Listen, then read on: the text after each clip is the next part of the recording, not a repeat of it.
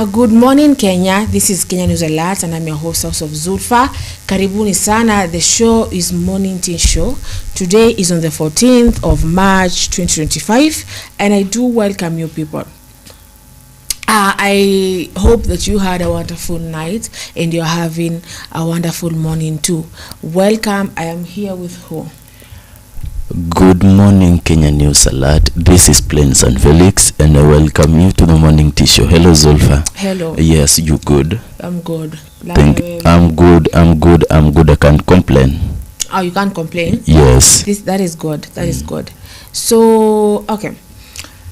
Would you mind kidogo kugusia topic alafu tuende kwenye magazeti? Kalonzo amesema yeye hawezi kuwa enticed. Yes. Yeah, hawezi kuwa enticed kabisa. So he is saying that he will stand with his stand. Yes, he will stand with his stand. So kuna wengine wanasema tena ameonekana kule status. Kuna wengine wanasema hiyo ilikuwa picha ya kitambo na hapo ndio tutajua what is the real information. Yes, thank you guys. Okay. So guys, that is our today's topic. Tunaomba sana mchangie pale kwenye comments. Also there's a number there. Please do use that number to communicate with us. Tell us what you think. Tell us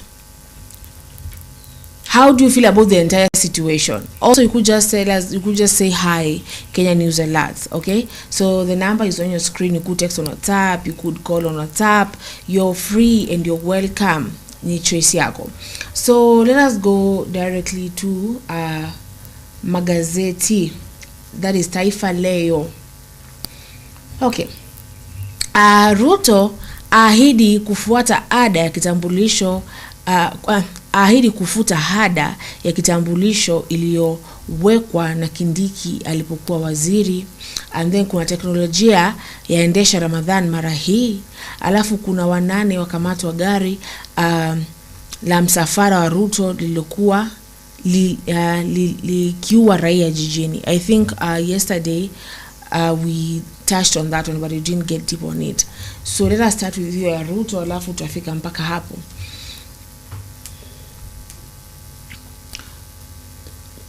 So Felix, do you remember that there's a time tulikuwa tunaambiwa that if ukipoteza kitambulisho unalipa pesa fulani 2,000? Yes, and people have been paying that. Yeah, nakumbuka ni 2,000. Okay. So Rais anasema Rais William Ruto Alhamisi alitangaza kuwa Wakenya sasa watapewa vitambulisho bila kuhitajika kulipa shilingi 300. I don't know, 300? Was it 300? I don't know. Kauli yake katika eneo bunge la Kibira ilitokana na kilio cha jamii ya Wanubi kwamba wamekuwa wakihangaishwa wanaposaka stakabadhi hiyo muhimu. Tukimnukuu Bwana Rais, nimesema ubaguzi katika kutoa kwa kitambulisho unafaa kuisha. Rais pia alifutilia mbali ada ya shilingi 1,000 ili kupata kitambulisho kipya ikiwa mtu amepoteza chake bila kusumbuliwa. Alimtaka Bwana Orero ahakikishe kuwa ubaguzi ambao umekuwa ukishuhudiwa miaka nenda miaka rudi jamii hiyo inaposaka kitambulisho unamalizwa. Awali Orero alikuwa ameitaka serikali itambue Wanubi kama mojawapo wa makabila nchini kwa kuchapisha hatua hiyo kwenye gazeti rasmi ya serikali. Hii kwa mujibu wa mbunge huyo itawarahisisha kupata kitambulisho. Tukimnukuu Bwana Orero anasema jamii hii imepigana sana na imekuwa ikibaguliwa hasa vitambulisho vinapotolewa. Naomba rais uangaliwe maslahi yao ili wapewe vitambulisho. So I don't know who brought that thing though, but it was a really serious thing. Hiyo ya kulipia vitambulisho. I think kitambo ulikuwa unatoa kitambulisho bila any without any kutoswa pesa yote. Yes. Ama did you take your own ID with money? Mine? No. Did you I pay didn't. anything? In fact, I took my identification card when I was in high school. Oh. By the time ninamaliza I nilikuwa na ID yangu. Okay. And you didn't pay? I didn't pay, no. Anything? I didn't pay anything. Yes. Okay, so basically ilikuwa, I don't know why they introduced that kind of thing, but ilikuwa imekuwa, sijui they wanted people to be like careful and not lose their IDs or what, but ilikuwa imekuwa kitu fulani. Mpaka nilikuwa nasikia pia sijui unalipia mpaka marriage certificate. I don't know, sijui 60,000 or how much, sijui. So akiongea katika kaunti ya Kajiado, katibu katika idara ya huduma kwa raia Julius Bitok aliahidi kutii amri ya rais, akiwataka wasiokuwa na stakabadhi hiyo waiendee. Bwana Bitok tukimnukuu anasema, kutokana na kauli ya Rais Ruto, ningependa kuwaona wengi wakijitokeza kuchukua kitambulisho kwa sababu hakuna kulipa chochote. Hakuna mtu yeyote atakaye kuomba pesa ukisaka kitambulisho. Let me ask you, do you when you ukichukua ile ID ya nini ya kupiga kura, si ndio? You need ID. Si ndio? Do you think now this is a strategy of kila mtu akuwe na ID? Unajua watu walikuwa wameshaacha kuchukua ID after ianze kutozwa. People just stopped. Ulikuwa tu ana exist. Si ndio? Do you think this is like a strategy of wanataka by the time kura inakuwa upate watu wengi washachukua vitambulisho? Zulfa. Do you think that as they're insisting right now, because see for the last as they are insisting. Oh, they are insisting. Yeah. That right now, as they have changed the rules of paying for kitambulisho. Do you think they are doing this ndo upate sasa by the time kura zinakuja kupigwa watu wengi wameshachukua vitambulisho, so it's easier to register for to vote? Because why do they change it now after 3 years of paying? Mtu alikuwa analipa hiyo 300, ukipoteza unalipa sijui 2000, na depend umeenda kwa nani anataka kuchukua. Sasa hiyo umefikisha 100? Sasa hawalipishi. Apparently imetolewa tu once. Okay. So I don't think they are doing that. Okay, what was the essence of 2000? I didn't get why it was. That's when nauliza as in why mbona mkuje mseme ni 2000 and then all of a sudden out of nowhere mkuje mseme hakuna kitu nafaa kulipa, sasa it is free. Why do you think they would do that? I think they want maybe to do this so that the number of registered voters to increase. Yes, mostly in those areas that maybe somebody supported but no numbers. Unajua somebody cannot do that without any clear reason. Yes. For example, when they can maybe realize that at wherever we are right now, we are good supporters of somebody. But in the real sense, we don't have the registered votes maybe from our area. Yes. They can decide to do that so that if possible, people could increase in numbers when it comes to registered votes. Yes. So that they can easily boost their percentage their percentage of votes. Yes. Yeah, because I make sense kabisa. So tukiendelea pale akiongea katika that is hata hivyo haijajulikana iwapo amri ya rais pia itatelekezwa kwa wale ambao walikuwa na kitambulisho wakapoteza na wanasaka kingine. Akiwa Kibra ambayo ni ngome ya kinara wa upinzani Raila Odinga, rais alisema kuwa aliamua kushirikiana na waziri huyo mkuu wa zamani kwa ajili ya amani ya nchi. Rais pia alitangaza kuwa serikali itatenga milioni 40 kwa upanuzi wa taasisi ya kiufundi na mafunzo Kibra. Umesikia story ya kutengwa? Yeah.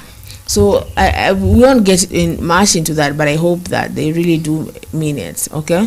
So kuna teknolojia yaendesha Ramadhani mara hii.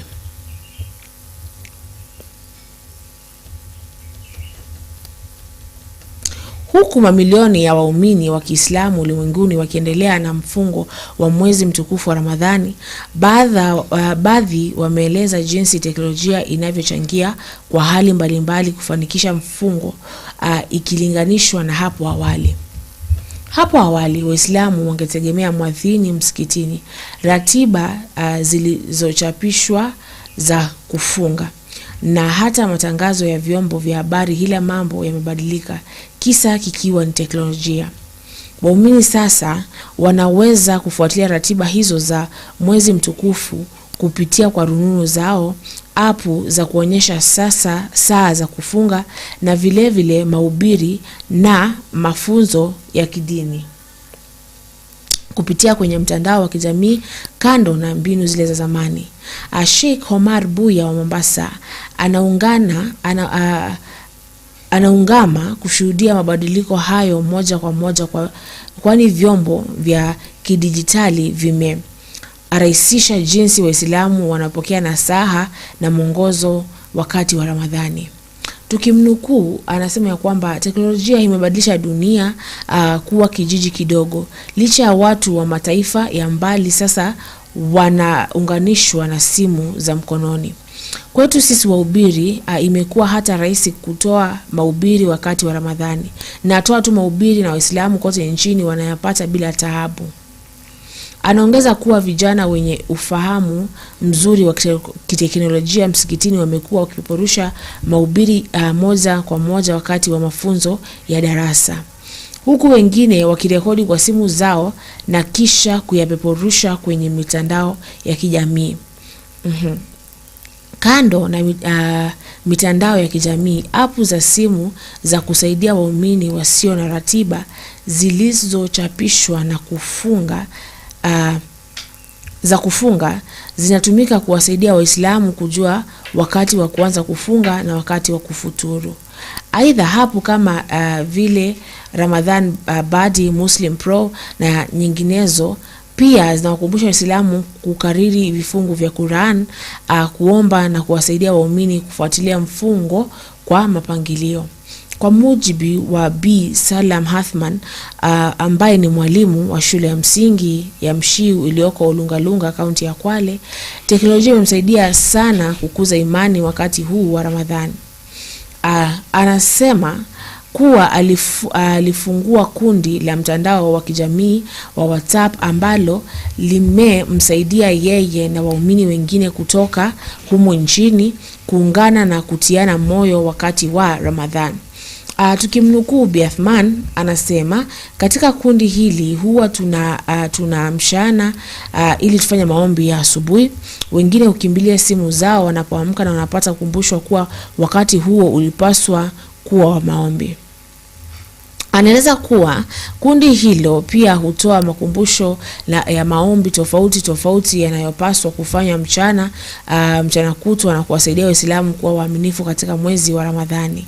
Tena anaendelea yule Athman, anasema ya kwamba hata mle ndani sisi hutumia video za masheikh kadhaa ili tu kukuza imani, watu wasije wakaanguka katika safari ya kufunga. And more of that. Let me tell you, technology as really, as they have said, imefanya dunia kama vile kijiji. Right now we can do swala on a live. Unapata nyie wote. It is connecting people, and it is not all the Muslim brothers and sisters. I think even Christians too. Ama, what do you say about that, Mr. Felix? Yes, Zulfa. How does technology help you? You can see right now, we are engaging with many people within a second, and we are here. This is technology. Yes. I think even this will explain better. We we are here in the studio, but we are engaging with people outside there. Yes. Is this not the technology? And it has made things easier. Sindio?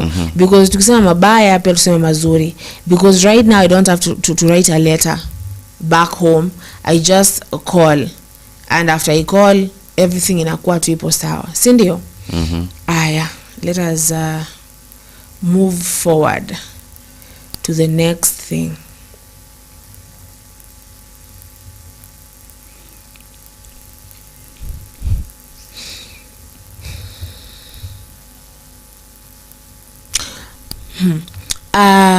Kenya pia ibuni mpango wa kuokoa raia wake Sudani Kusini.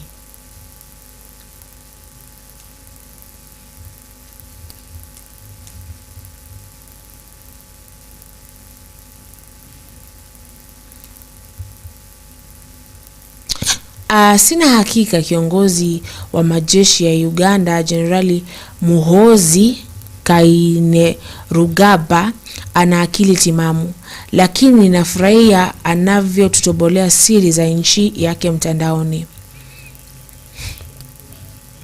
Actually, did the guy that was abducted amekuwa released ama bado? Who? Yule Kiza Besige. I don't know. Juzi amejigamba jinsi anavyowapeleka wanajeshi wake nchini Sudan Kusini ili kulinda maslahi ya Uganda na kumsaidia Rais Salva Kiir kudumu mamlakani. Kisa na maana ni kwamba Rais Kiir na makamu wake Dr.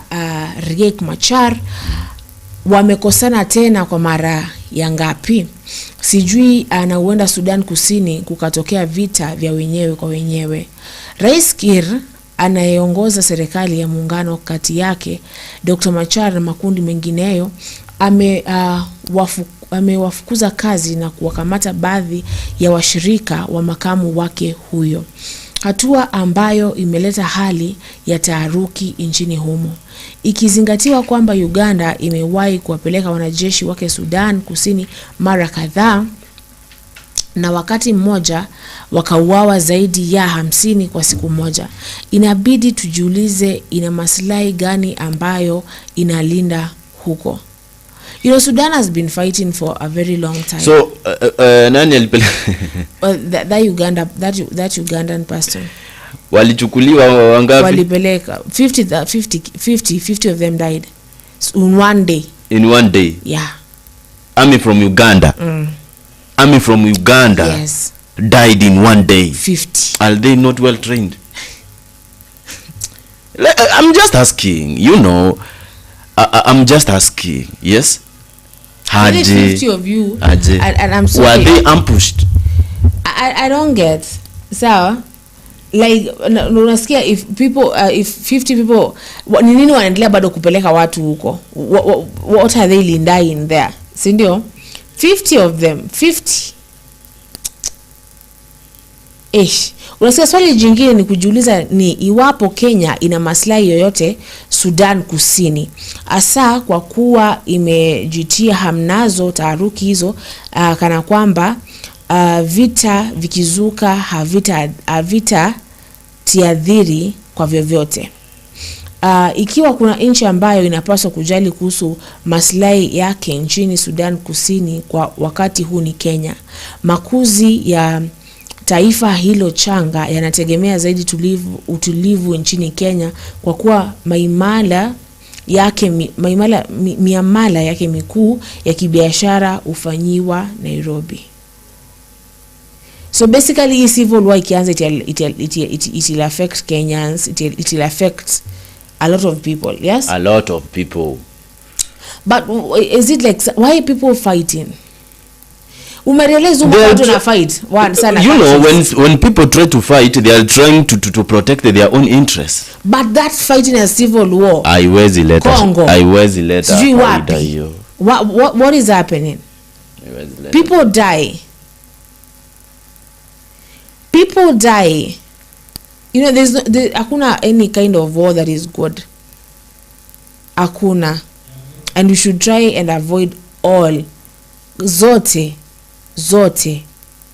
Aish zote Zulfa. Kalonzo amekataa kujoin Ruto. Kalonzo amesema mimi hayo mambo mimi siwezi. Please. Say something. About what? Kalonzo amekataa. Kalonzo amesema mimi si wa join. Yeah. Si wa join. I'm not going to make a coalition with you guys. Watu. What is the point? Kalonzo amekataa. Basically, according to what I've heard, with the Wiper people, wamesema ya kwamba they cannot join a government that does not protect its people, that does not put its people's mahitaji ama safety mbele. Sababu, you know, Mr. Kalonzo has been addressing the abductions, the whatever, the lack of jobs, the what. So they were asked, some Wiper person, will you join, will you support? Kwanza, first of all, Obed Ndai, good morning my fellow Kenyans. Napata safi sana. Hello Abedi, how are you? Thank you so much for tuning in. So apparently, welcome you Obed. Yeah, so apparently kuna picha ambazo zilisambaa. Tukasikia Kalonzo anajifanya yupo na netwaje, yupo na Gashagwa, lakini ameonekana State House. Yes. You were telling me something about that. When you're gonna clear information about that, would you speak about that before I even continue on that? About those pictures, what would you say about those pictures? How story ilianza hapo? Kalonzo ameonekana State House breakfast. You know, I think some of the information, I'm not sure about those pictures, because some of the information that we could see, they are trying to say that hizo pictures zilikuwa za kitambo. Zingine watu wanasema no, hata tumeprove zilikuwa za date 11, yani tarehe 11. But now what is the essence of that? But yeye mwenyewe amesema mimi with you I cannot agree. Walikuwa wapi? Jana walikuwa wapi? Uhuru Park. Yeah, they were hata kina Wamalwa. Yes. Ulisikia alisema nini? Basically, I'm going to say what I know. What utasema hiyo ya Wamalwa, sawa? So basically, he's not going to join the government, sawa, if the government is not gonna address some of the issues. Hata kubali, in fact they kashifu a lot, wali kashifu sana, na condemn iyo Raila and Ruto's coalition. Some was saying that Ruto amechimba kaburi yake politically, sawa, ama like, I'm gonna quote exactly those words, sawa. So according to them, Mr. Ruto has dug his own political grave. Ye kushikana. Sindio? So basically, let me ask you something. Sawa? When they say that, actually both of them, I think Mr. Raila and Mr. Ruto, sawa, they have both dug that political grave. Sindio? And I'm gonna say at this point mostly Mr. Raila, because people, you know, sometimes you gotta have to go with grace. And when you don't go with grace, unaharibu everything that yani unaenda na neema. Sema hivyo. Yani unaenda na neema. Yeah. You go with grace. Yes, yes. So the question is, do you think that they really did dig their political graves according to Kalonzo and Wamalwa? Yani kama President Ruto na Raila. Yeah. You know, mimi ninaweza sema kulingana na maoni yangu, but ground unajua ndio inaamua. Ama Zulfa ujui, like tunaweza ongea tena upate vitu zikantikulokwaisi. True. But according to me, those people are trying to do what they think will help them pursue what they want to pursue. but likewise people are not okay with that. In fact, some of the individuals could come even before the camera and try to explain why maybe they are not supporting that coalition. Or some did. Some people did speak about that. Yeah, so I'll play for you. Okay. Even yesterday, where Malini Litembia, people could say that I'm not totally okay with this. I'm not supporting this. We are now going to be fed 1 million chapatis. To an extent, they could even try now to animate a city full of chapatis, rooftops full of chapatis, or whatever they are trying to criticize the president's point. When it came, when it comes to that point, he was trying to go to promise Sakaja that he is going to support Sakaja, deliver chapatis to kids. But I don't think maybe kama ilikuwa ma story ya Kenya mzima. But I don't know, but the fact is ni wanafunzi wenye wako shule. So some of the individuals could come with those points and talk about chapatis and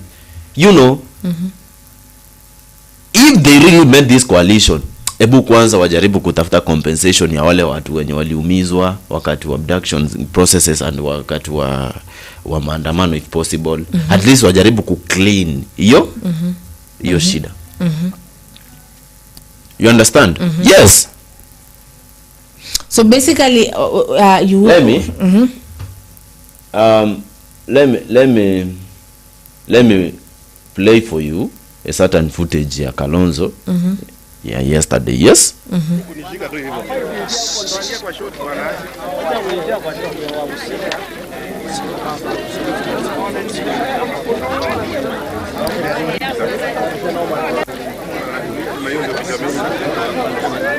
Going straight there.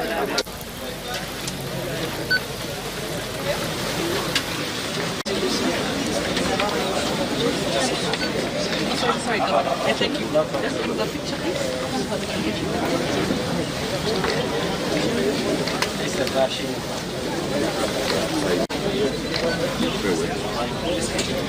Mchungaji, mabishop na mareverend. Bishop your reverend. Wanaweza tusimama pia wapungie mkono mkutano.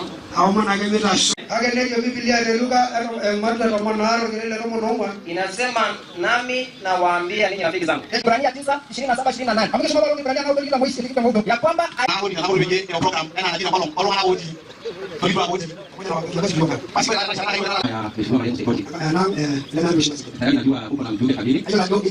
na kama chama kimefurahi sana pia kuja kutubelea tena. Na sina shaka lazima kulikuwa na mazungumzo ya maendeleo hapa na pale. Na kwa sababu kwa sasa hivi haipo. Kwa hivyo naelewa hatujatumia baba. Wewe mheshimiwa gavana utatetea na sisi. Na umesema kwamba tutamsaidia kijana mmoja kama hii. Kwa nini mama mnaji ile ya mwingine ya lalikuwa la. Hili sasa hivi umekuwa yatima watu wa jamii. Lakini najua kwamba tukiwa na wewe utafunika hiyo moto. Aliwe kama yashi, aliaga mwelele jo koloro nganak para mumeata board administrator lenyeti matapato sao.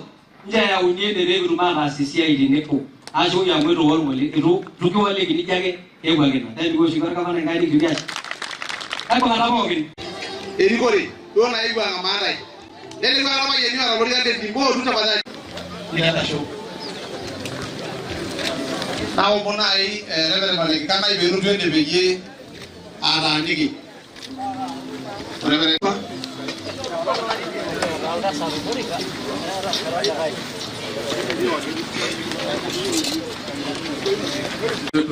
tuwe watulivu. Ayo wageni terenga beno. Tukiwaheshimu wageni wetu, viongozi wetu ambao wamekuja. Nataka tu nijitambulishe kwamba mimi ni Reverend Joshua Kikanai.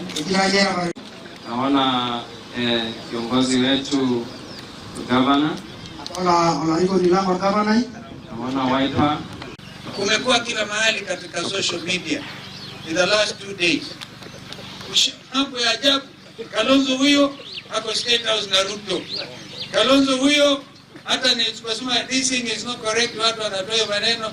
Kalonzo huyo ameenda State House. Sijui shida gani. kitu gani kinawakera hawa jamaa? Kitu gani kinawakera? Nataka niweke wazi. Nikiamua mimi kwenda State House ama popote kukutana na Ruto, mimi mwenyewe nitatangaza. Na nisipotangaza, nyamaza my friend, because you don't even know what you are doing. You may think you are trying to fight us, but you actually unainua heshima kiwango ambacho wewe mwenyewe huwezi kuamini. The only time I'll meet William Ruto wazi ni wakati anapatia mimi ile upanga alipatiwa na Uhuru, because hiyo ni jambo la kikatiba. Hiyo lazima akuje, nitampa heshima yake na tupatie upanga na sisi tumpatie heshima yake. Ama pengine kuna hali ya kutatanisha, kama lazima sasa kuwe na mambo ya kuulizana ni nani atakuwa chairman wa IBC, Chebukati amezikwa juzi, ni nani atakuwa commissioner, kwa sababu ndugu yangu Raila imeingia kule kwake, na tulikuwa tumekubaliana under national dialogue kwamba the leader of official position lazima kuwe mashauriano baina ya Ruto na Raila. So Raila ndiye alikuwa ameniappoint mimi na Ruto alikuwa ameappoint Kimani Ichung'wa. Kumbukeni hayo, sio? Majority tunakumbuka maneno. Tukafanya kazi, tuka hand over to them. In fact, hii picha moja wanatangaza kila mahali. Ilikuwa ni wakati tarehe 9 mwezi wa March mwaka jana, ambapo ilikuwa saa 9 nimempatia Raila, mimi na Kimani nimempatia Raila report hiyo. Sijui Ruto alikuwa wapi, amesemekana atakuwa available saa ngapi, saa 11 Ikulu, tukampelekea na tukamkamilisha kazi yetu. Sioni hii uchaguzi ikifanyika by election until maybe mwezi wa June, July, huko tukielekea mbele, when we have an IBC in place. Na sio hapa tu peke yenu hapa, utakuwa na pengine kama upande wa Northeastern huko, Banisa constituents wamekuwa bila mjumbe for the last 2 years. Kwa mambo haya na muhimu zaidi. Na hata kwingineko huko upande wa huko Kisumu na kwa Mheshimiwa Wandai ambaye alikuwa waziri, amekuwa waziri wa Ruto. So now the people of his constituency have to get another representative. So there will be a lot of by-elections. Na zingine zinaweza zikaja zingine ambazo hazitarajiwi. Na zitakuja sio kwa sababu ya watu kufa, lakini watu kujiuzulu. Kusema tuameache mambo ya wheelbarrow, turudi mahali tulitoka.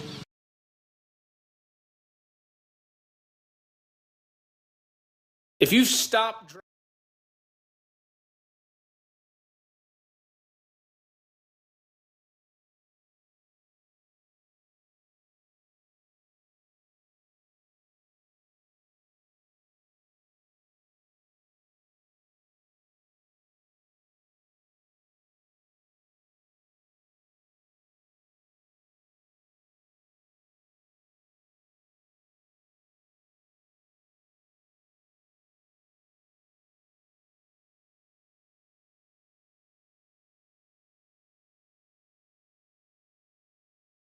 Okay, so those are the words of Mr. Kalonzo. Yeah, you can even get very clearly that the picture was not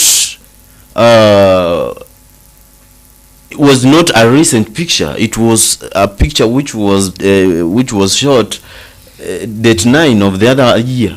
Why do you think they would do that? Maybe wanajaribu kumvunja miguu. Huwezi jua. Unajua usema kuvunja miguu unaongea language fiche. Yani ni wakati they are trying, maybe this is what I mean.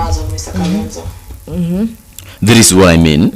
They are trying to limit his dignity. Yani kukuwa respected, kulimit respect yake. You understand? So the point is these bloggers are trying to do that because they really have that goal, maybe of pulling Kalonzo back. Pulling Kalonzo back is now coming the mission. Now by the way, kuna trending yenye niliona President Ruto is the motorcade iligonga mtu vibaya sana though. Yes. Na alikuwa foreigner. Yes. Na alikuwa a white man. Yes. I really feel sorry to the family na accident was in happen, si ndio? Ama accident do happen, sawa. But I think as a president, maybe you should stand and show us. Unajua hit and run you kwa like it's like you don't value life. Umemgonga kama kuku fulani na ukaenda tu like it's nothing. Like hawakuona wakimgonga ama what's up with that, si ndio? So about Kalonzo. Also amesema hizo picha zilikuwa gani fake, si ndio? He is working with Mr. Gachagua though, yes? And you know there's a point sasa ameshikana na nani? Alikuwa kitambo na Mr. Raila, as you all know that, si ndio? Then I don't know what happened between them. Alafu hata because I think they were like already separated before hata Mr. Raila joined the government, si ndio? Sasa Mr. Kalonzo ameshamjoin Gachagua. Na kuna wakati ambapo chama cha Wiper kilikuwa kinasemaga kwamba Gachagua ni tribal. Like when did that change? When do you think that changed? Because like the other day we see you saying that Gachagua is a tribal person, ni, and then the next moment you're working together. So what would you say about that? What does that say about Kalonzo?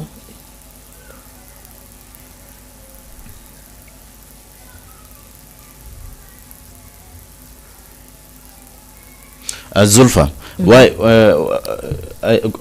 kuna vile hata before ni kujibu kuna kitu yenye nimeona hapa whereby someone is telling me that these guys are trying to these guys mostly the bloggers who are against Kalonzo, they are trying to do their blogging just because they are trying to protect their own interests, forgetting that this information Kenyans will just take it the way they have posted. Yani just like vile nilikuambia. Unaona? If possible, despite supporting the president, let us still inform Kenyans what is the truth. Sasa si Kalonzo uzuri ashasema hapo hivyo yeye mwenyewe. Yeah, you already cleared that. Sasa kama hapo ya question sasa ndio nikujibu. Mimi nilikuwa najaribu kuinternalize hii kitu. Aya, ulikuwa unaniuliza nini sasa? Sisi Kalonzo anafanya kazi na Mr. Gachagua for some time. We have seen them meeting for coffee. We have seen Kalonzo akiwa pale na Mr. nini kwenye Dapke na Malwa wameshikana, si ndio? So and there's this time where I'm going to say last year where the Wiper, he is the head of Wiper. Yes. Alisemaga ya kwamba they claim that Gachagua was tribal. So when did they change their mindset about Gachagua? Zulfa, like seriously, let me ask you, mtu akifanya makosa maybe akuja apologize silently, si mtamkubali? Yes, I think maybe ni jamali apologize. By the way, yule jamaa anapendanga ku apologize. Ukweli wangu anapendanga. Maybe you cannot know ali apologize kwa wase. Maybe ni hile hakuifanya publicly. Yeah.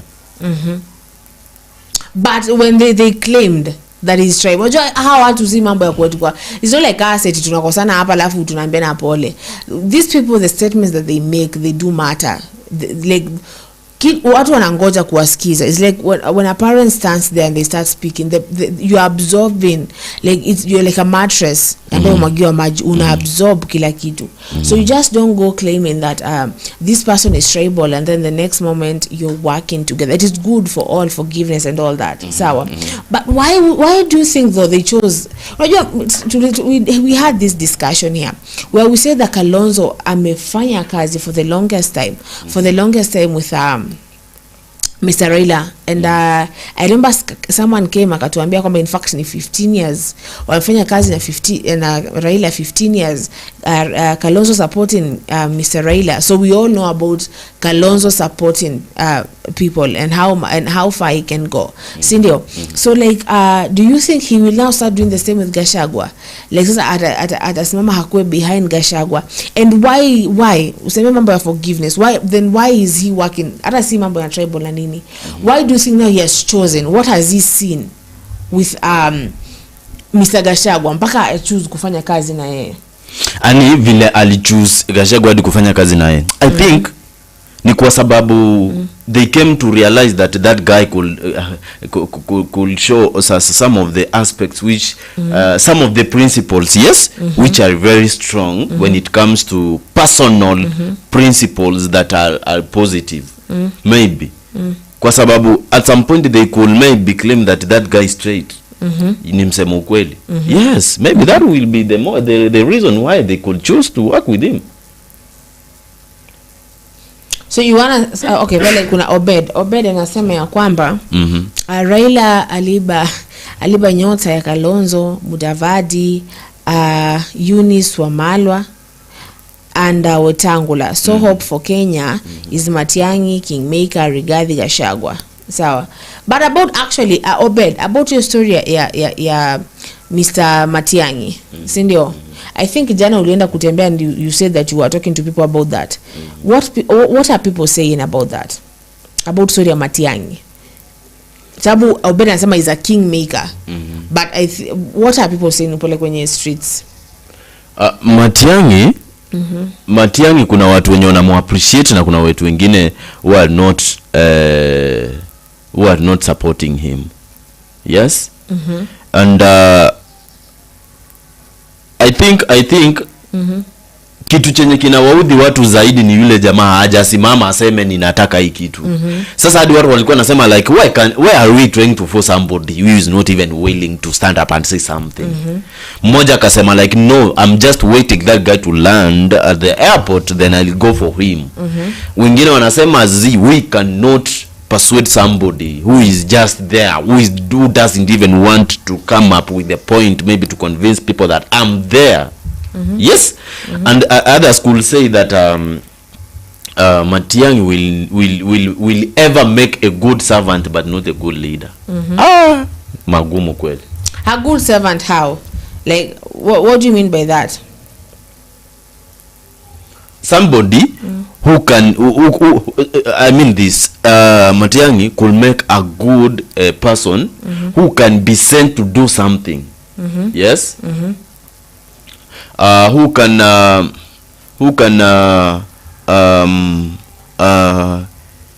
take responsibilities as a servant but not a leader who to give orders. In fact, let me see if I can get that clip nikuchezea cha huyo kijana. Okay. You can continue nikikuonea. So kuna kitu chengine ambacho najiuliza. Sababu you know these people, we really need to know them. Najiuliza will Kalonzo ever go back to work with Raila? Hiyo si rahisi. I can justify that statement. How can you justify it? Zulfa. Angekuwa anaweza work na Raila sahi, Kalonzo angekuwa upinzani.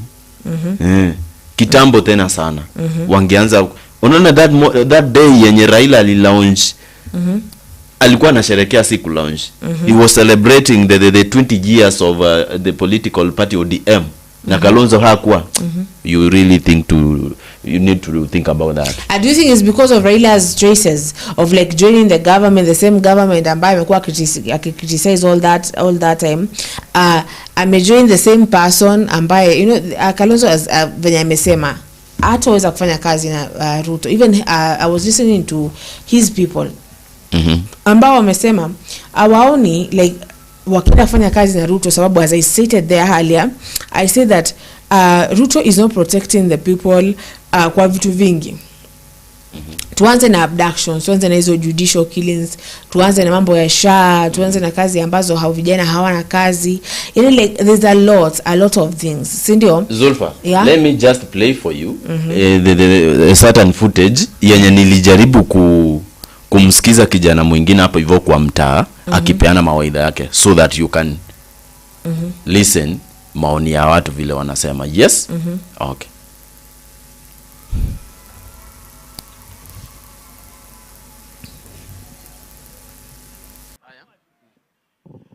Hello, good evening. This is Plain San Felix. Nikiwa hapa na ndugu yangu nani?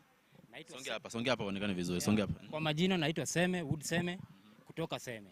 Thank you so much. Leo tuliona President Ruto akiwa katika gatuzi la Nairobi. Unaweza ukajulisha nini wa Kenya wewe chenye uliona kilifanyika kikakufurahisha? Maneno yamefurahisha na Ruto ni mengi. Nimefuatilia hizi ziara yake ya Nairobi na nimechukua mambo kadha wa kadha. Moja hapo ambayo inaongelewa ni chapati. Kila mahali ukienda chapati. Hospitali chapati. Ukienda kwa mabasi chapati. Leo nilikuwa kwa soko huko kwa Kikuyu. Najua Kikuyu wanapiga siasa wakiwa kwa biashara yao. Napika mutura hivi bado wanaongea siasa. Wanaongea chapati. So chapati has been the topic of the day. Gazeti chapati, TV chapati, kila mtu chapati. So mimi nataka kuangalia hii kitu na Ruto. Juu hata ukiangalia body language yake hiyo siku. Ni kitu ni kama alifikiria out of the blue. Unaonanga akili umestukia. Yes. Na kitu ya kwanza na Ruto ni political genius. Mtu ni mwanasiasa. And he knows Kenyans when they are idle about wakiwa hawana topic, they demand for accountability. Gen Z na demand accountability very much, na hata wanaweza rudi kwa street. So kwa akili yake huyu jamaa akajua okay, watu nitawapea topic ya kuongelea for the next 1 month as I do my shenanigans. Huyu Ruto mnaona, huyu jamaa ni mwanasiasa. So he set the agenda na aliachieve. Sasa ukienda hata kwa hospitali madaktari kwa tea break wanaongelea chapati. Imagine nchi mzima shehe inaongea kuhusu chapati. That means what? We are being led by a politician, not a leader. Unaona? Hiyo maneno mimi imeniudhi sana because for one, processing making 1 million chapati is something which is tedious, time consuming. Na hiyo 1 million chapati inakulwa wapi? Nairobi pekee ama Kenya mzima? Juu nikikumbuka Moi alidistribute maziwa kwa primary schools. Junior watu walikuwa kwa primary schools. At that thing, haikusema out of the blue.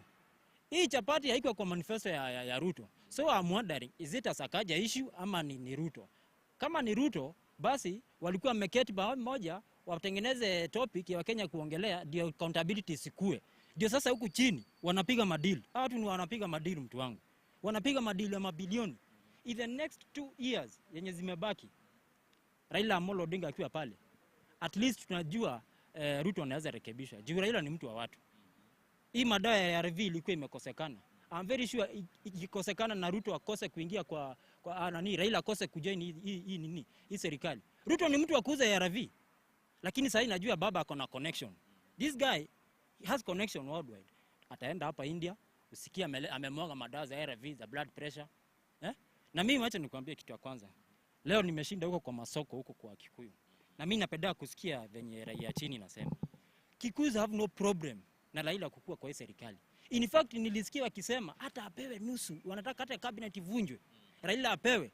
To them they want Raila to be given. Na kusema ukweli, tukiangalia ukweli, tukifuatilia hili kisanga ili happen Kisii, that is very bad.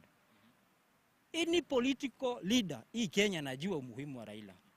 And to be precise, Raila is a political deity in Kenya. He's a political deity. Na Biblia yenye wamesoma inasemanga kile imefungwa hapa duniani hata juu imefanya nini? Hapa anaitangwa baba. Upende usipende, even the incoming government, kama baba atakuwa uhai, you still need this guy. Tusirub off na hiyo kisanga ilifanyika Kisii, ilaaniwe na hiyo si kitu ya kuwa encourage. You don't have to be a political leader. Huyu ni senior kwa siasa ya Kenya.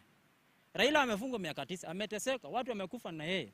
Na hata nikasikia jambo lingine watu wanaleta huko chini. Raila followers, they want compensation. Wenye wameumia kwa maandamano, wenye wameumia wakifuata Raila, they want to see the real Raila now. Compensation.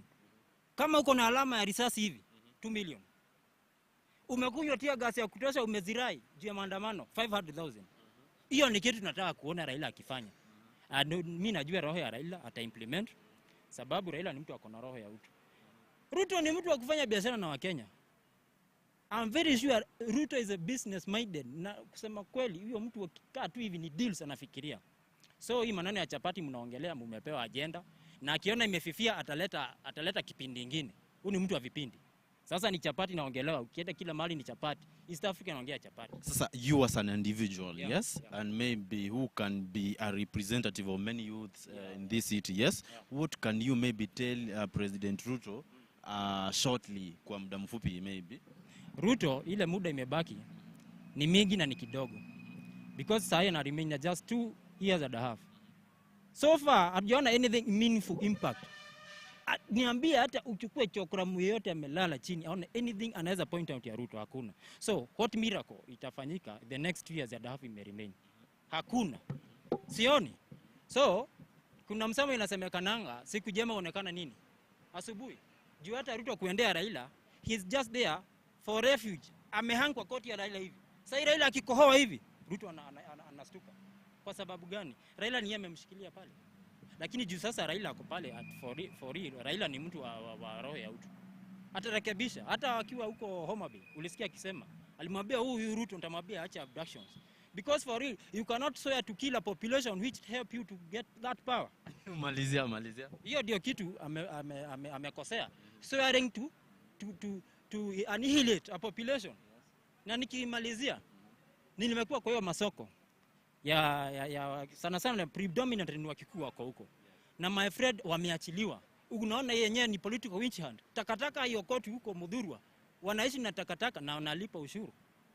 So what unaweza waambia aje? Ila kitu unaweza waambia, be civil disobedience. Basi msilipe hiyo kanjo. Na hiyo takataka iko huko Mudhurwa, mnaweza wakota mdrop kwa Sakaja.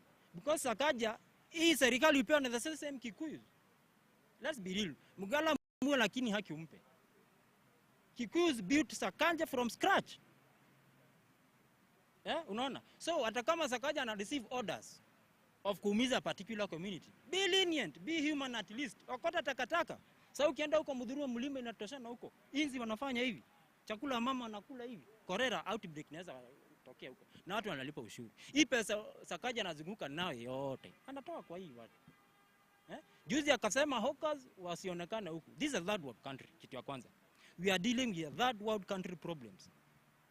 So you cannot receive orders to annihilate a whole population which helped you. So it doesn't make sense. Lazima hata kama unaua mgala haki umpe. Yes. Thank you so much. That was who? Seme. That was Seme. And this is Plains and Felix from Kenya News TV. I really welcome you back next time. Yes.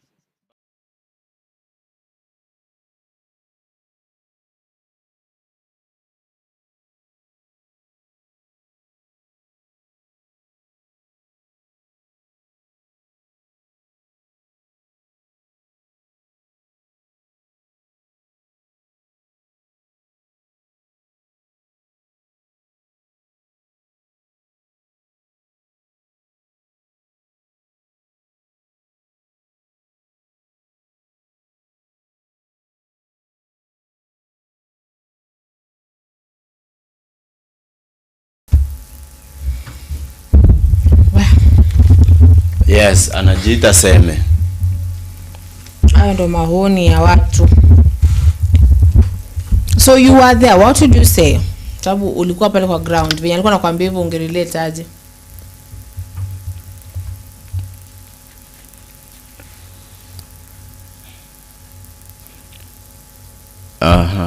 Ayo yalikuwa maoni yake. Na at some point he was trying to he was trying to speak his mind. Na hivyo ndio mambo yalipo huko kwa ground. No. People are trying to come up with different ideologies that they are trying to display their levels of ability to make judgment over the ongoing government issues. Zenye wana doubt, zingine wana support, zingine wana support. So yeah,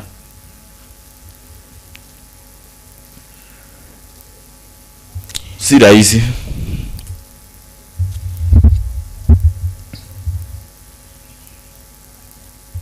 But you know people are just speaking though. Pale kuna Na kuna comment ya Meshak Mutinda anasema all right, the coalition between Kalonzo, Wamalwa, Karua, Matiang'i, Morara and others is strong sana. Juu watu wamechoka na Ruto na Raila, and why I said so, how comes unasomesha mtoto then anapotea bure? Actually Mr. Meshak, that is one of the things. And I remember juzi I tried to discuss it here with some guest ambaye anaitwa Mr. Tobias. We tried to talk about that. Like there's this one thing that when you grow up you're told education and education and education. And then you go to school, your parents strive and actually your parents go through hell to take you to school. Sawa. And in fact I'm gonna say then it was better because kidogo ulikuwa na elimu ya bure, but according to things kwa ground maybe hata hakutakuwa na elimu ya bure as venye kuna kuja sasa venye kunaenda. So as I was saying, your parents struggle, they take you to school, they take you through primary, they take you through high school, they even struggle a bit more and they take you through the college or uni, and then you come out and there's nothing you can do. Hakuna makazi, there's nothing actually. You have your papers there. Inabidi you go work for something different because at the end of the day, like you gotta eat. Life it very expensive. You gotta try and work something. Autaka ukipiga lami daily unalipa rent, and you know once your mother and your father washakupeleka shule, inafika place uko like we pesa imebaki ama kitu kibaki kidogo. If you're not like from a well-off family, like unaambia kitu imebaki kidogo sasa ni ya watoto, ni ya your brothers and sisters ambao wako chini, and then you're there, you come out here with the papers that you're told if you get these papers you're gonna be one of the people here, and there's nothing. Hakuna chochote huko, tuna makaratasi yako. Like, how are you not gonna go back to drugs, to stealing, to selling their bodies, to doing things because you, in fact ni kuna mimi nilisoma jana. Hiyo mimi nasema unafika 25 years hauna kazi, how you become like a sadist. Gari inapiga bumps, wa mama wanacheka, uko tu pale. The only time you laugh is like once or twice in a month, and you're laughing at yourself. Unachizi tu pole pole because when you grow being told one thing, and then you come to find out like ilikuwa tu ni story. Now you find even like right now you tell someone that when you go to advise like a young person at endo kasome ako like imekusaidia wewe na nini kwanza. Yani I don't know what you gonna do, but sijui wewe Felix unafikiria je kuhusu situation ya hiyo comment ya Meshak? Meshak anajaribu ku communicate his mind also.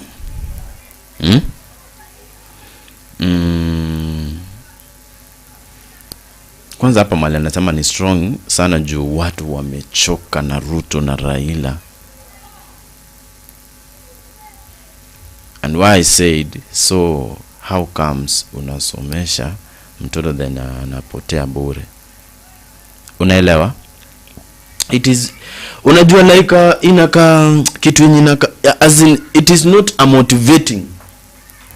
It is not a motivating issue that maybe can make people to have that positive mind when it comes to give you support or other things, or support you even when people are trying to criticize you negatively. Yes,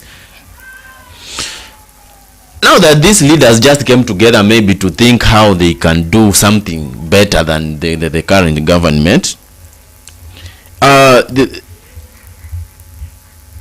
they really need now to convince also us that this is what they can do to bring changes if possible. Unajua Zulfa, acha nikuambie, you cannot criticize somebody that the government may fail na wewe hata hujatuonyesha mikakati yenye mnaweza fanya hata kama mjaanza mambo na campaign. Sijui kama nina communicate my sister. Even if wameungana pamoja, yes, it is good.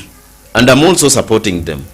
but ni nini ile yenye wamejaribu come up nayo ama hata ka slogan tu Kenya kanaweza convince people that despite the kind of challenges we are undergoing right now, this is what we are going to do to change our nation. Mi ndo maana at some point ninaweza sema yeah, of course maybe hata kama President Ruto anafika na fail, kuna vitu zingine anaweza kuwa amemanage zenye maybe watu watawajaona. Yes, these people when wameungana, they have done something which is good. Yes, but ni nini ile yenye so far washa convince watu nao yenyewe like this is what we are going to do to make our nation make a step. Kama si kukriticize pekee wanaendelea kukriticize. Ni nini? Chenye unaweza ambia hata wewe kama maybe umesikia ni nini una. So basically you're trying to say that Kalonzo, Wamalwa, Karua, Matiang'i, they need to think on how wanafaa kukuja na any information. Yes. Inaweza kuwa more convincing to people na ikuwe so strong enough to convince people that this is now what we are going to do. Yes, to support you guys, kwa sababu wa Kenya nao washaamua wenyewe according to the information. So ulisikia vile yule kijana alisema. Sasa kitu yenye imebaki ni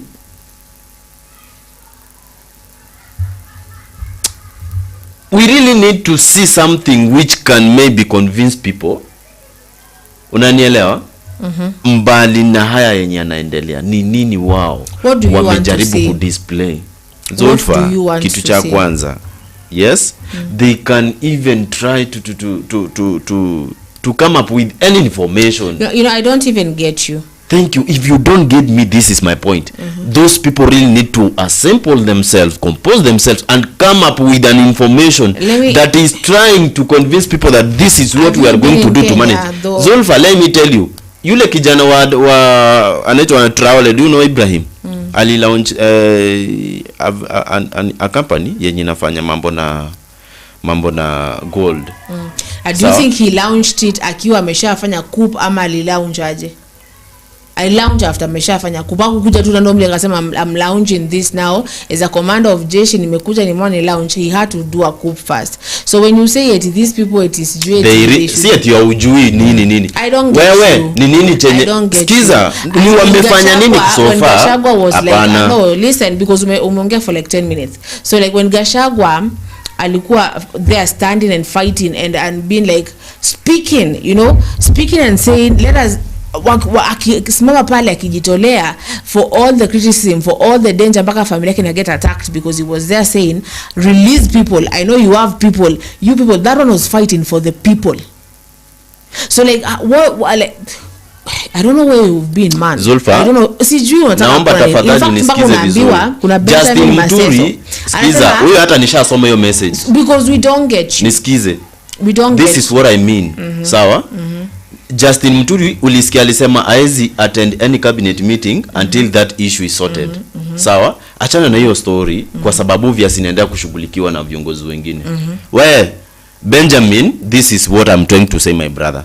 At least those people tunawasupport because we really need to support akina Madhakarua and other leaders, akina Morala and other people. Yes, if possible wajaribu kukam up na hizo nguvu zao zenye wako nazo zenye wameungana nazo kufanya nini? Kurectify everything yenye inaendelea kwa saa yenye inaudhi watu. But kwa saa hii wao sasa kama kikundi, sawa? Sawa? Ni nini wamejaribu kukam up nayo ama wamejaribu sasa kuconvince watu now like if you are going to try this, we are going to make a step forward. Yes? What do you want to see? I want any convincing messages. Like what? See it like what is Zulfa? Like what? You know, I don't get, because these people have been doing meetings. These people have been doing things like tumekuwa hapa na wewe ukiona Kalonzo amefanya kitu fulani, ukiona Madhakarua amefanya hivi, ukiona Wamalo amefanya hivi. I don't get what you want to see. Like what can they do? What do you want to see? Like useme sasa mimi nikiona ameenda amelima kwa ile shamba najua kwa serious. What do you want to see? Yes. Kwa mfano sawa? kuna ile program yenye Kalonzo alijaribu kuzungumzia mambo na abduction. Unajua hii story abduction imezungumziwa na bado wanaendelea kuishughulikia. Ndio maana sitaki tuiweke part of the plan, kwa sababu I'm very sure abductions haziendi kuendelea kwenda hapo mbele, unaona? So the way will come up na hii program ya kukomesha story ya abduction na if possible ku against extrajudicial judicial killings. Sawa? Nimetamani tena nione wakijaribu kufanya nini? Kusupport vijana, kusupport hao watu wengine, maybe more so hao wenye wana complain, kuwa inform and kuwapatia any information yenye inaweza foster any activity yenye wanafanya kujisukuma wakisubiri 2027, because we cannot still continue complaining about the government, complaining. Tutaendelea kucomplain hadi 2027 na unapata watu wanaendelea kucomplain, maybe they are not even focusing on what we are supposed to do kujikimu tukisubiria 2027. So we really need to see these leaders, if possible, engaging with people, at least kuwa support in any economical activities, and if possible bringing up any of the services that can foster development kama political opposition leaders, if possible, wakisubiri 2027. Zulfa, unajua like tunaweza endelea kucomplain, yes. I'm not supporting the government, I'm not supporting the opposition, but tunaweza endelea kucomplain at the same time inasonga, sawa, na we are there where we are, unaelewa? So they really need to come up with a program which maybe can help those vijanas wenye kwa saa hii, some of them wenye hawana hata kazi, sawa, wajaribu kukama up na program fulani yenye itawakibisi wakisubiri 2027. At least it will be convincing. Yes? I mean, that is just one man's opinion. That is your opinion. So, I mean, there is so hey, that is your opinion. So maybe I don't have any answer for you for that one. Hiyo ni yako. So basically, because I don't get what you want to see. I don't get what you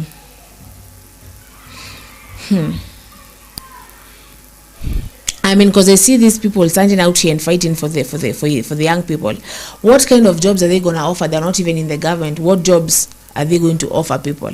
You cannot offer something that you do not own, but maybe you can fight for nini. So Mesha kanasema, okay, the coalition bado haijakuja ground, acha ikuje ground tusikie chenye wako nacho. Sababu gani mgeni akija kwako uwezi jua na kam na nini? Na bro, tungoje wakam na nini? Are you okay now, bro?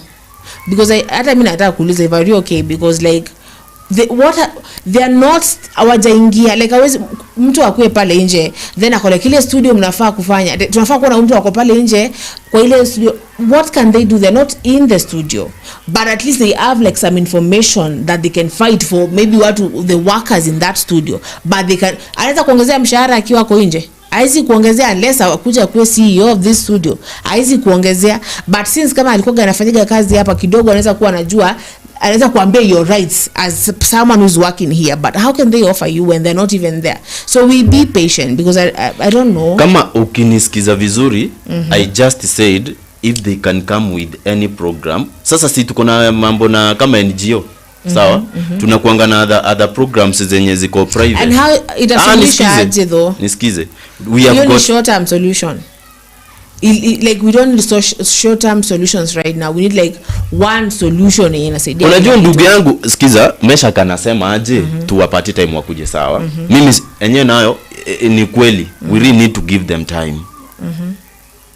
But Zulfa, you as an individual, tuseme maybe hapa kazini kuna watu wenye wanatupinga, kazi yao ni ya kutupinga kwa mfano, sawa? At some point hawajafanikiwa, sawa, kusupporti kitu yenye maybe inaweza saidia sisi pia kufanya marekebisho, sawa? Ama kusaidia the kind of services we are trying to run zifanikishwe na other individuals, so that hata sisi wenye tuko hapa kwa nguvu na kiti tuaibike, tuseme nyewe, imagine these people wanaweza fanya hivi na maybe hata wajengea kwa government. Wakiingia kwa government je, unaelewa kitu hiyo? That's why mimi nina agree na Meshak, ni sawa basi hawajakuja na wewe, nina agree na wewe like they hawana nguvu ya kufanya kitu yenye kuajiri watu.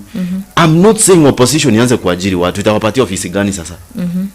I was trying to say fostering, come up with any program sawa yenye inaweza foster maybe vijana kukuwa busy. Sijui kama unanisikiza. Any program yenye inaweza foster vijana kuwa busy so that by the time 2027 inafika upate sasa hapo yale yote yenye tumekuwa tukistruggle tukipitia na tukielimishana whatever tuamue once sawa. So I'm not here maybe saying that opposition nafaa kupatia vijana kazi, watatoa wapi ofisi za kuajiri? Just like maybe kwa mfano hizi kampuni zenye zinaka private unapata zinasaidia, kwa mfano yani hizi zinasaidia the needy schools, the special schools and other people even in marginalized areas. Yes, they can come up. Sasa kwa mfano mtu kama nikutumie mfano somebody like Eric Omondi sawa. Si Eric anakamse mwenye ayuko hata kwa government. Si kuna ka program fulani kanaitwa sisi kwa sisi ambako maybe anakuja anaita mafans wanajaribu kushare my idea vile wanaweza support jamii fulani. Sawa? Those are the kind of things ninajaribu kuzungumzia. If maybe they can come with some of the programs zenye zinaweza foster even development na vijana wakwe busy sawa, so that by the time 2027 inafika upata at least sisi tunaweza jiconvince like sisi ndio tumekuwa tukijikanyagia. Now wacha tufanye nini? Hawa watu wenye wako kwa government wamefeli vitu fulani, wacha tuweke kando kwanza tuone mtu mwenye anaweza katusaidia. So kutuelimisha na kujua chenye tunafaa kufanya si mbaya. And in fact I really like Morara kazi yenye anafanyanga watu by the way, because some of the individuals are not even aware about some of the development and the stack projects zenye zime stack mahali. Unanielewa? At some point unapata like he is trying to enlighten people over something yenye maybe watu hawako aware. Na truly wengi hata wewe niko sure kuna project yenye iliwahi walonjiwa mahali na huku unajua like imefanywa ama haijafanywa, but through that guy maybe ukakuja kurealize. Yes?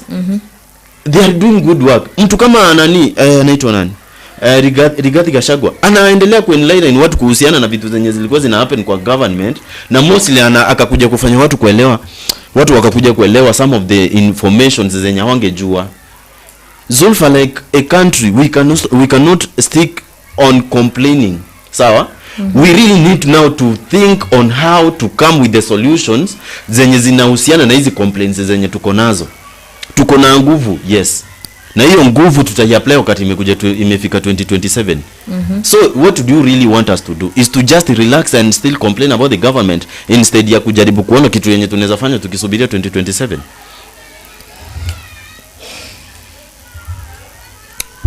That is your question now. I want you also to answer me. Kalonzo ameekelewa, ameambiwa like watu walikuwa na sambaza nini picha yenye ilikuwa ya uongo sawa? Alea amesimama hapo amesema like that was not the real information. That picture ilikuwa ya sijui ni lini, si ndio? Sawa? Something like that ni mabloggers wenye wana support the government wanajaribu kumvunja Kalonzo miguu sawa? But at the same time Kalonzo amekuja na information ya kujidefend. Sawa? Na amefanya Wakenya wamejua ukweli. We cannot maybe continue supporting even those bloggers to continue maybe supplying wrong informations. Yes? At some point tuko na wale watu wenye kama wale maybe wenye there are those people unapatanga mahali Kalonzo wako live wako hapo wakijaribu kuenlighten watu vitu zenye zinaendelea nini. We really by now don't need to complain about the government or don't need to depend on bloggers wenye wanatupatia wrong information. What can we now do as we wait 2027 ifike alafu tutoa watu nje kama wanatusumbua? Now that is your question. Hiyo question yako mimi sijui nataka nikuambie nini. Kama una kitu ya kuniambia basi wewe achana nayo. I don't know what I can tell you about that, because I have come to realize that things are not as easy as we may term them to be, as we may want them to be. Nilikupatia mfano. Nilikupatia mfano wa jamaa kama Eric. Eric hayuko kwa opposition ama government, mtu kama wewe. Sawa, pia kuna place akona program yenye nisikize Zulfa. You did see that kuna place ambayo wanakataliwa hata yeye mwenyewe. So like he goes where he can help. Make any positive impact kama Jamaica? Wa Felix. Make a positive impact despite the criticisms zenye anapokea kutoka kwa watu Zulfa. Yes, of course kuna achievement zenye mtu unaweza achieve ukifanya kitu, na obvious wengine watakuwa against. Ni sawa? Wengine watakuwa against.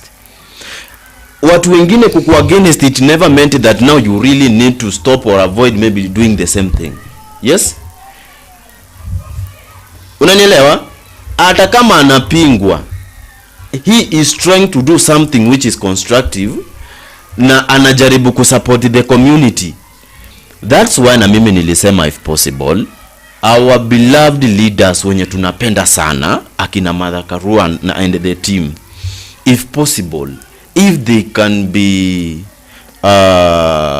in the position of coming up with any program yenye inaweza foster vijana kuwa busy. Naomba hata watazamaji mnielewe, yenye inaweza foster vijana kuwa busy, so that tukisubiri 2027 at the same time wakitu enlighten more about what the ongoing issues zenye government inatufanyia, so that sisi tujikeep busy at the same time tukijienlighten about the ongoing issues. By the time 27 inafika, upate tumejielewa zaidi ya hapa. Yeah, of course tumejielewa kwa sahi, but tumejielewa zaidi ya hapa, and decisions zenye zinaweza arise kutoka kwetu sisi ziko through experience, na unapata like tuko na experience fulani kenye kanaosha vile tunaweza jitegemea upande wa vitu zingine. So kwa sahi Zulfa, the opposition side, despite could enlighten all those things that we really need to know, they really need also to focus on coming up with any program that will keep us busy. Na by the way, kama nimeongea kitu yenye maybe hujaelewa, niko ready uniulize, ninaweza nikakujibu. So are you telling me, am you telling the opposition? Are you telling me or are you telling the opposition? Because that message is not even for me. I think that message ninakuambia wewe pia kama like no, this is the point. Ninasema kama kuna any information yenye ninashare haujaelewa vizuri, unaweza ni question. The point unajaribu kudrive ama? You don't, is it a question, is it a point, is it a request? What are you trying to do? Zulfa, of all the statement yenye nimejaribu kufanya hapa, kama maybe kuna kitu chenye haujaelewa, ndo ninaomba unifanye nijue kama hujaelewa, nikufafanulie kidogo. But my point ilikuwa gani? Ilikuwa hii, if possible, sawa, hii team ya kina Martha Karua and other leaders. Wait, basically unataka raftia wase job ama? Yes. Is that what you want? Or raftia watu jobs? Is that what you're trying to say? Are you trying to say that they should empower the young people? What are you trying to say? Okay, this is my point. If they can come up with any program, any, and that is what ndo to in short empower. Yes. Bala kutumia hizi words nyingi unatumia. As in they should empower young people, and I think they are empowering young people by giving them the information that they need to know, by like being truthful for once in the political history. Wanakuja wenyewe wanawaambia venye mko for the first time. Kwa hiyo tunaona mayouth wanasupportiwa na government. Assisi government, how watu ambao wamekuwa kwa government wakina Kalonzo wakina Amaro, they are here listening to the youth.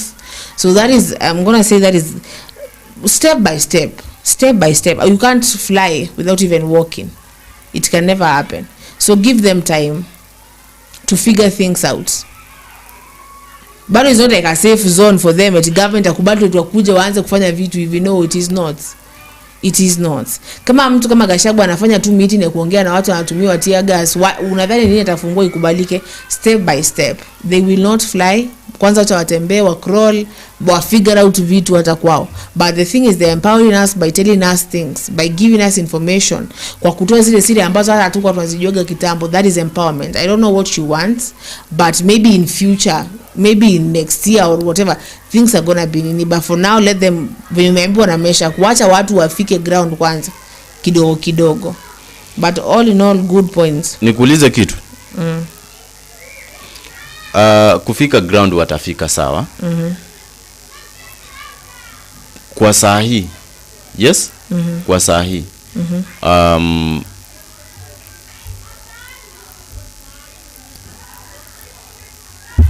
Ebu some hiyo comment. Bro, unajaribu lakini kuna mahali sielewi swali lako. Why coalition chenye inaweza kama nao ni promises, wakipata kiti watafanyia wa Kenya, and that's all. In fact amesha kujibu. Aja nijibu, hilo ni swali ameuliza. Wacha nimjibu. I was trying to say this, Meshak. Despite the information the opposition side is trying to give us about the government na vitu zenye tunafaa kufanya, we don't maybe at some point need to remain wherever we are right now. If possible, if they could come with maybe, for example, any program that at some point could keep us busy in a way. Yani tu vile maybe wanaweza kuwa unaona pia wao ni wazazi, wao ni leaders, they are teachers.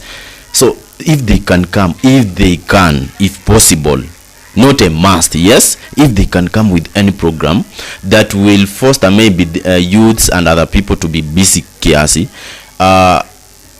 tukisubiri 2027 ndio tutoa even the government yenye iko ndani kwa mfano, it will be better, unaona, so that at the same time wakiendelea kutuinform, tukiendelea maybe kuwasikiza na kufuatilia maneno yenye wanatuambia, na come up na any program yenye inaweza tuko busy somewhere la kwa mfano, unaona, and at the same time tukiendelea kuinternalize the kind of informations that they could also inform us, it will be better, unaona. Isikuwe like sasa we as youths at some point mali tuko ni tunajaribu kusema ati government imefail, unapata siku imeisha, maybe hata kwa mfano tujafanya chochote chenye kinaweza kuwa constructive, unaona.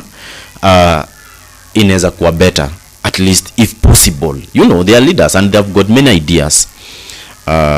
Wakikamna any program yenye inaweza ikatukibisi kwa mfano, you understand, na at least program yenye inaweza kuwa more convincing even to Kenyans that. Ebu suggest your program. Yes? Ebu suggest. Nilikupatia mfano wa Eric Omondi. Na program yake ya sisi kwa sisi ni slogan. Sawa? Hiyo ni mfano yani. Where the youth wanaweza kusaidia aje individual. Wewe, what do you think they would help you with? Wewe mwenyewe. Mimi mwenyewe? Nikuulize? Kwa mfano, Mother Karua, sawa? Aombe nafasi, si kuna barua fulani wanaandika kwenda kwa government facility yenye nasema eti tunataka kutembea mahali. Sawa? Kwa mfano, that is an example, and that is what that is not what I want them to do. Yes, kwa mfano tuende tutembele even a special school yenye maybe haijajengwa vizuri, kwa mfano kitu kama hicho, aseme now we as Kenyans can we try to improve these facilities in any way. Sawa? Ama marginalized areas whereby people wanaishi design fulani yenye iko very funny. If possible, any leader, any opposition leader aende huko aseme like can we try to improve some of the living standard of these people through supporting them in any way. Unapata tumekuja pamoja, tumeanza kusaidiana sisi kwa sisi, sawa, in any way or the other. Zulfa, unapata siku imeisha, tushasaidia mahali, sawa, siku imeisha, kwa mfano tumefanya kitu fulani mahali, despite sisi pia kubenefit, but kuna mtu mmoja ama wawili wenye wamesaidika kutokana kwa hiyo program. Unanielewa? So if possible, kujikibisi doing something which maybe can be constructive tukisubiri 27 inakuwa fiti. Haki mimi sikudanganya, ukienda nini streets za town saisi watu wote wako busy, kuna wengine wako tu ya idle. Sawa? Not because maybe they don't have something to do, but ni kwa sababu at some point people wamefanya vitu zingine maybe, ama wengine hawana. So program kama hizo zikikuja unapata like it will be very very possible for people to be busy. Unapata siku imeisha, maybe somebody uko busy somewhere, maybe unaweza benefit in one way or the other. Sawa? So as we maybe try to focus on maybe checking up vile government ina run vitu zake, why can't we also try to be busy maybe in any way?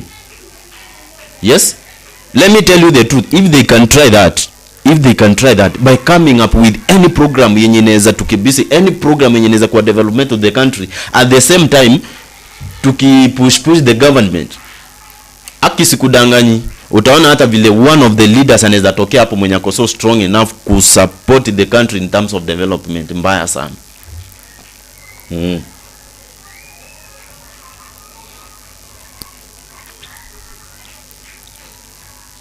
Mbona unafikiria hivyo sana? No, hata sifikirie. Wata umaze tu point yako. So hello Zulfa and Felix Manze, miss you guys. Shikobie, thank you billionaire. Umepotea. So either way, that is good thoughts Felix. Unajua mtu anaambiwa kila mtu akona opinion yake, hiyo ni yako.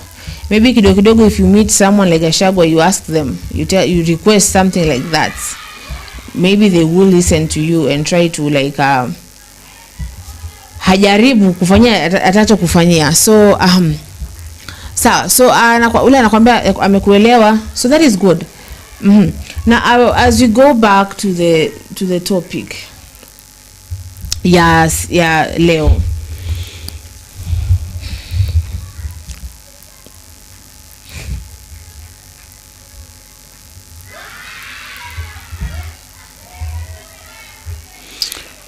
So you know, nikisema like what can I say maybe to convince you guys? Time haijaisimama. Unaelewa? Time haijaisimama.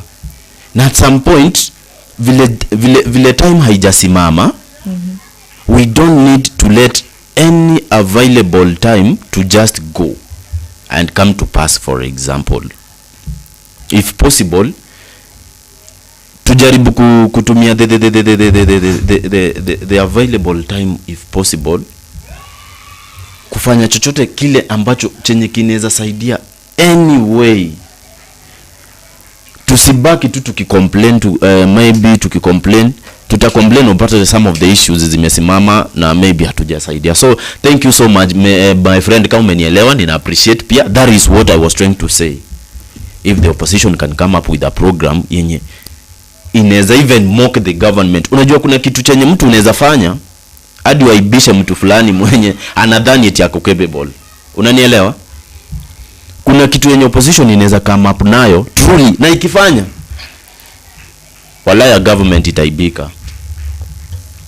Yeah, hata kiongozi aanze kujiuliza kwani what is really going on?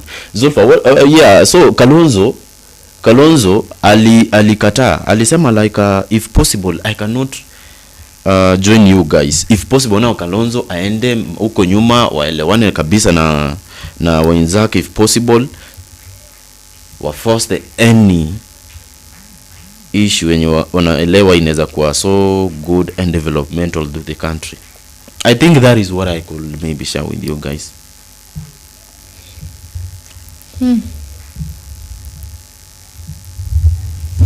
So on that, on the topic now, so some Wiper leaders have said that most of the ODM people wametoka ODM and they are joining the Wiper chama. Like most of them wanna join, but like Kalonzo, because the question first nilikuwa nimekuulizaga before ukuwe na hiyo suggestion yako, we were asking if Kalonzo would ever work with Raila again. Ever, like ever. ever work with Raila again? That was the question that I think nilikujibu nikikwambia if that guy could work with Raila angeonekana hata kwa it could be seen during the ODM celebration, the 20-year ODM celebrations zenye zili happen kule Western. Yeah, nilikujibu, maybe nikusahau. Na siku nimemaliza swali hata sahi. Yes, siku nimemaliza swali. So basically now we said obviously like it would be hard for them to work together, but na kwa history ya watu wa ODM wanataka kujoin Wiper. Why do you think that is?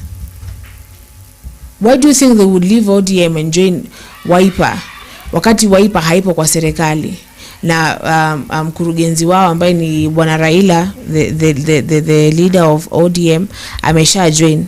But some of them I'm gonna say like either watu tu kadhaa wametoka hapo according to the Wiper people. I was listening to some Wiper leaders pale wakasema that ODM people are joining them now.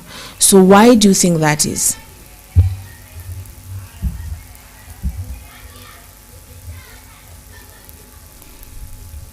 Everybody has got his or her opinion when it comes to political interest. I remember kuna clip yenye Babu Wina alikuwa isema mambo na politics ni mambo ya ni kitu yenye mostly inahusiana na interest na personalities.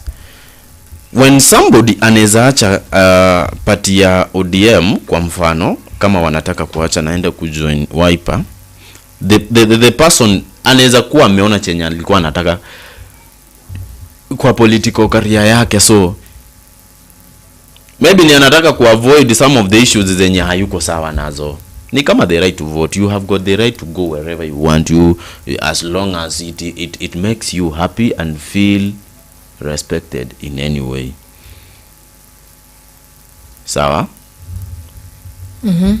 ODM leaders kama wameanza kuhama hivyo, wameona chenye hawako wana expect kiki happen. So they want to give themselves what they want or they deserve. Yes. I once had this governor of Kirinyaga anaitwaje,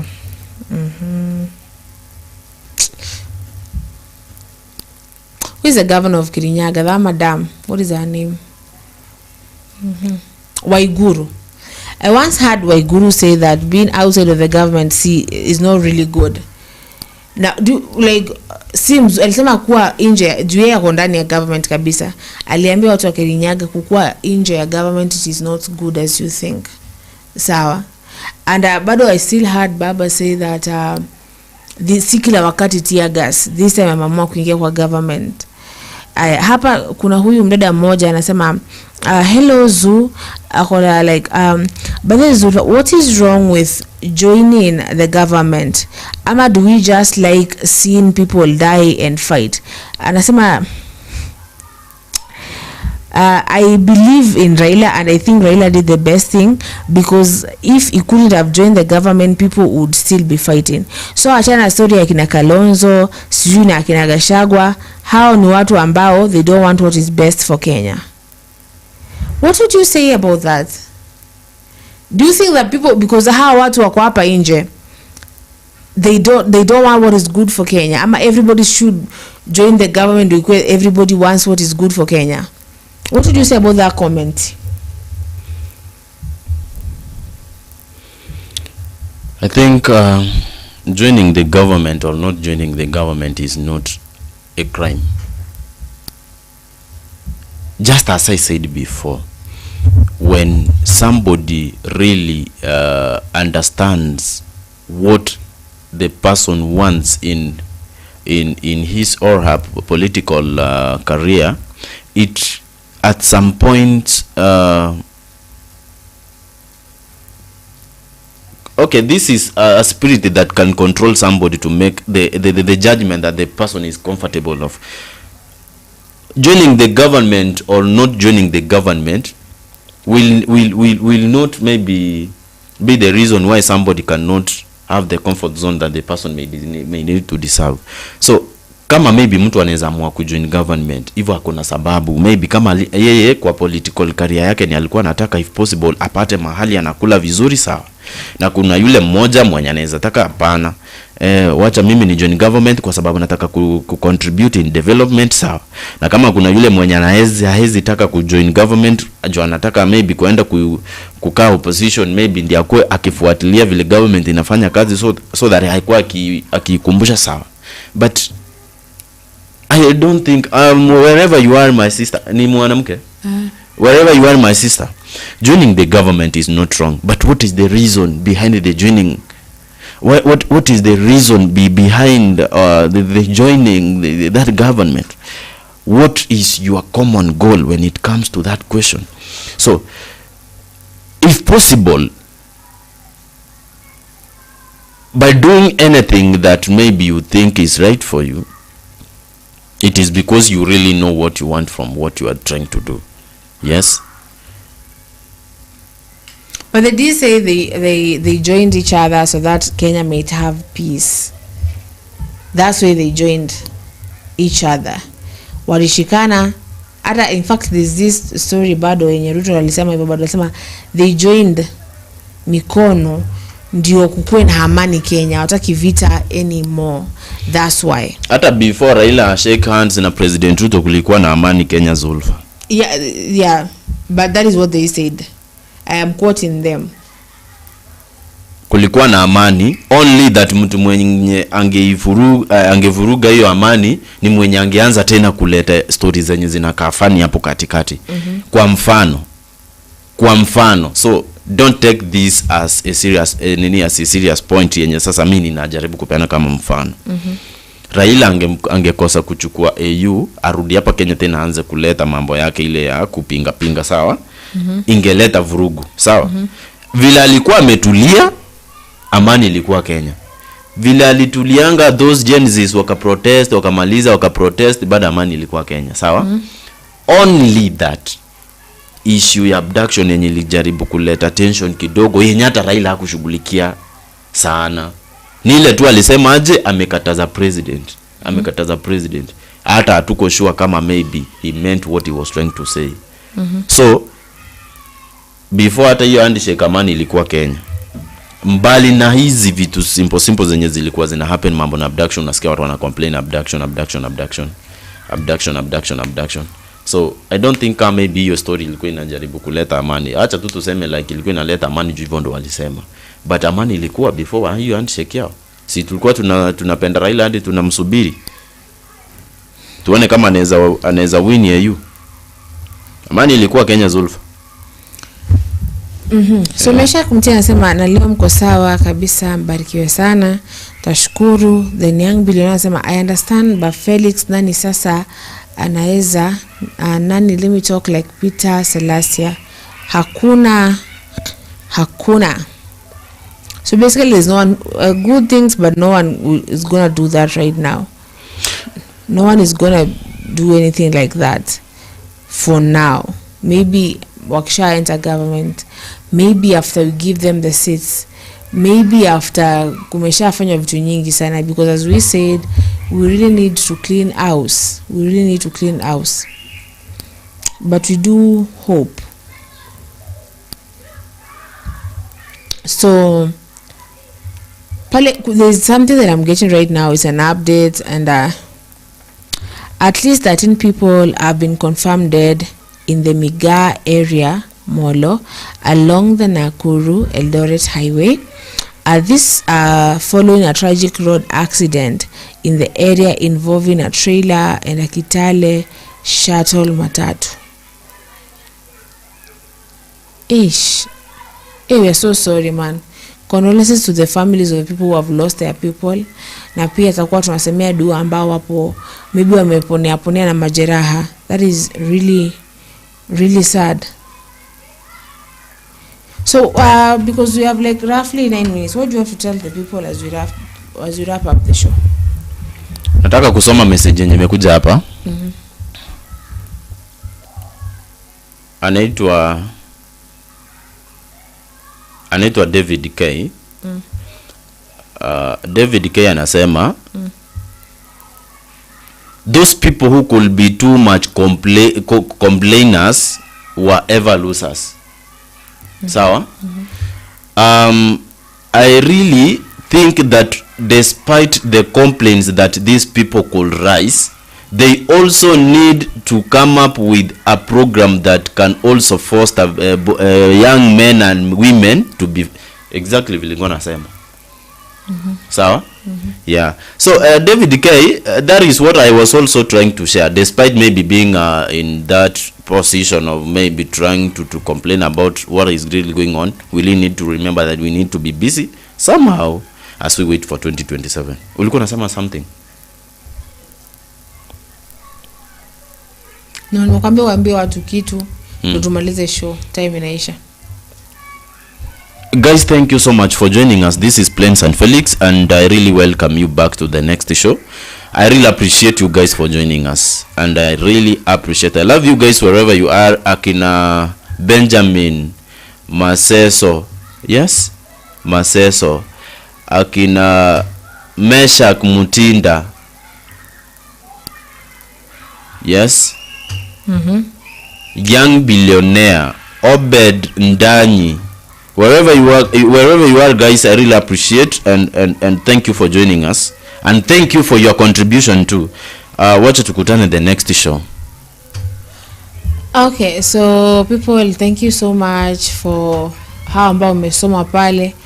Thank you so much for joining us. Tupatane hapa tena saa 6 kwenye show mwafaka inaitwa Sema Nasi. Happy new host, House of Zulfa. Bye bye.